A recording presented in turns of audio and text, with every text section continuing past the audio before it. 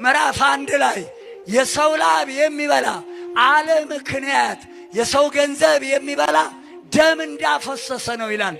ደም ያፈሰሰ ደሙ ይፍሰስ። ዘፍጥረት 9 ቁጥር 6 ነፍስ የገደለ አልቦቱ ንስሐ።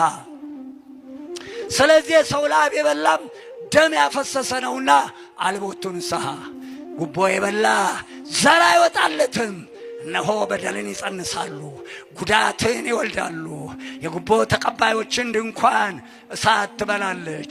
ቅርንጫፉ ይሰበራል፣ ዘር አይወጣለትም። በአበባው ይረግፋል፣ ለወግ ለማድረግ አይበቁም። በአጭር ይቀራል ዘሩ። እነዚህ የጠራኋቸው ጉቦኛ፣ ሌባ፣ አራጣ ንስሐ የላቸውም።